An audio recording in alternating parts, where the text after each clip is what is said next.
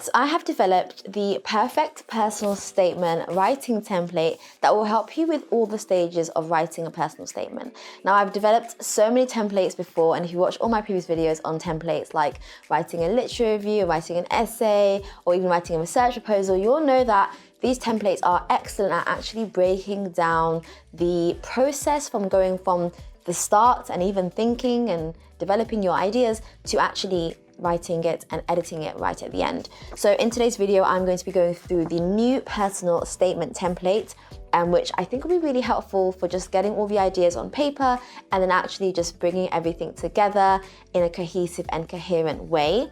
The link for this will be in my bio down below, but I will be going through all the different sections. So if you're not able to access or download it, then you have got the template for here in this video anyway. So let's start. So there are three main stages when it comes to writing a personal statement. And I think many students miss out the first stage. And the first stage is the before writing stage. So this is where you brainstorm, this is where you bring your ideas together, this is where you think about what you are actually going to be writing about. You know, your personal statement is a statement that summarizes and brings together all of the most important skills and experiences and kind of the things that you've been thinking about in your life that have brought you to this point where you want to apply for this course.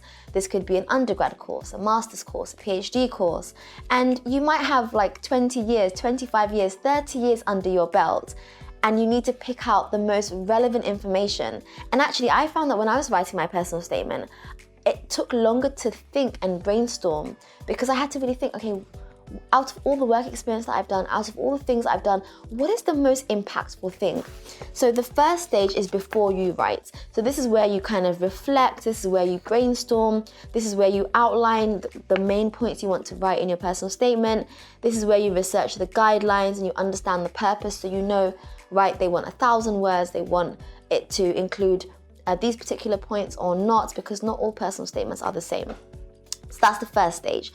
And the second stage is the writing stage. So this is where you actually begin to write. This is where you put that information into cohesive sentences and you structure it into your introduction, you know, your kind of middle, the ending. You have a really powerful opening kind of introduction sentence or two, and this is where you're kind of writing and you're really active. The last stage is after writing, and in this stage you want to edit, you want to revise it, you want to send it to us at the Page Doctor to take a look at it and give you some feedback. You want to make sure that everything is accurate and it matches the guidelines that you were given in the first place, and then you can submit it. So these are the three main sections, and that's what this template is all about.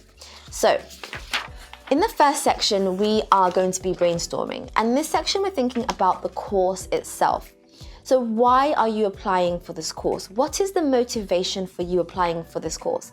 Now, we're not going to think about the opening sentence. We're not going to ponder on how you're going to actually begin your personal statement, but let's just think about why you're applying for this course. This is an important thread that's going to go through your personal statement, and every experience and skill and kind of whatever you're bringing into this statement is because of why you're applying for this course, right? So really take some time to think about it. The second thing is, why does this subject interest you? So you want to show evidence that you understand what's required of this course and how important it is in this course. So for example, I've said, if you're applying for medicine, show that you know how important communication is. If you're applying for medicine, you don't have to have done work experience in a hospital, but you have to have worked somewhere where you've maybe helped someone or spoken to someone or communicated a bad news or communicated something to someone.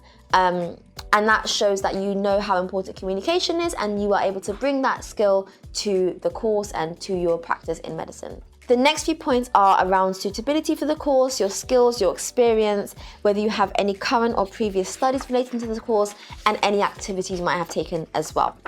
Then the next section we're thinking about are skills and achievement. So here we're thinking about any skills that you might have attained over the past few years, whether you're applying for a PhD, so skills in your undergrad, or any accredited or non-accredited achievements. You might have, for example, first aid training that you can bring in and discuss how that's relevant and how it's important for your application, and any other achievements as well. You then want to speak about your hobbies and interests. So I've got a whole section here about hobbies and interests, where you're demonstrating what else do you enjoy outside of academia, outside of education? What else do you actually like? What do you do that makes you a human being, right? Because education isn't everything.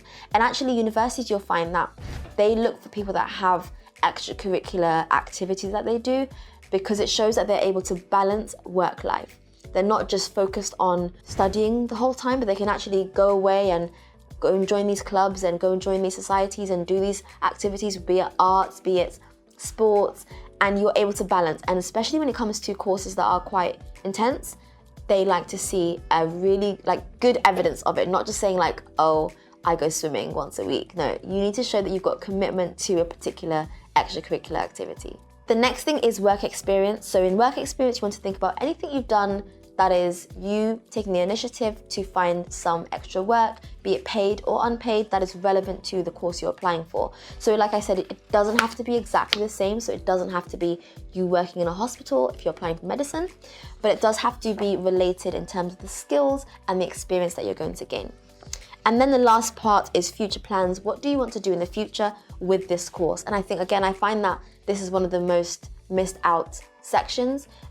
Students tend to write down like what they like about it and what their experience is and what their education is, but not necessarily what they want to do with this course later. And again, I think this for the tutors is a good motivation, because it shows that actually I want to be a professor, so I need this PhD, right? So it shows them that you know what your career path might look like. Okay, and then for the second half of the template, we are going to be going through some word banks, so some sentence starters and some phrases that you might want to use. And I think this is really helpful because it gives you a starting point. And I find that writer's block is a problem that occurs when you know what you want to say, but you don't know how to say it. So if you were to have a starting point, some words to begin, a way to actually begin to get those thoughts down on paper, then you can just continue on with that. And I find that the writing just flows. So for example, for the introduction, we've got loads of them here. For the introduction, you could say something like, imagine a world where this can happen. This is the vision that propels me to pursue a course in architecture, right?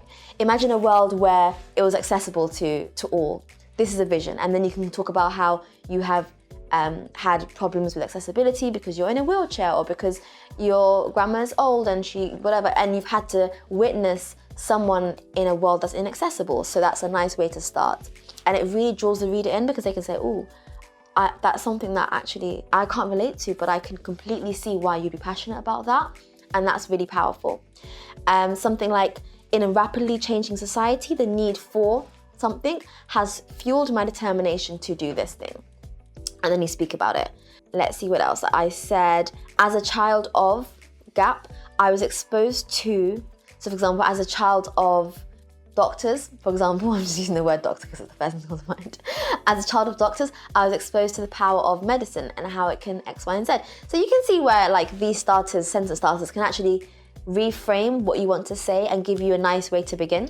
And then the second part is about the course itself. So I've got some sentence starters that are related to the course itself, and kind of thinking about like the fact that a course might be interdisciplinary, or it could be equipping you with skills that address certain challenges and things like that. So anyway, I've got loads of them there. Then the next section, again, more sentence starters about the course itself and why you're suitable. So for example, I've said, my unique combination of skills, experiences, and qualities make me an ideal candidate for this course because, and this is a nice way to start to talk about why you're the one that should get a space in this course. My commitment to lifelong learning, I possess strong analytical and critical thinking abilities, and then you make it more personal. So you can use this general sentence starter and then you can make it more personal. Then we've got skills and achievements. So here again, we've got some sentence starters for skills and achievements. We've got hobbies and interests, work experience, and last but not least, future plans. Okay, so I've really just put everything down in one place. Like, this is information that I've given you guys all before, so there's nothing new here. But it just gives you somewhere to brain dump everything in one place. And then when you come to write, you've got sentence starters to begin with, and hopefully you'll find it a lot easier to just get started with all the information in one place. At the back, in the last page, I have the overall structure for your personal statement. So you have the introduction, why you're interested, your suitability, hobbies, work experience, future plans, and a conclusion with all, like, I've broken it down by sentence. If you follow the sentence structure, then you'll have a complete personal statement that has touched upon all the points that is required for you. So yeah, like I said, if you want to get access to this, then the link will be in my description down below, as always. But again, I understand that not everyone is able to, and so within these videos, I pretty much have gone through most of the information already. This is just in a format that someone is able to actually write down, and there's a bit more detail in here as well. So yeah, if you like this video, then don't forget to give me a huge thumbs up and subscribe to my channel. And if there are any other templates that you think you'd like, that you would be interested in, then I'd be happy to make them in 2024. See you in my next video. Bye.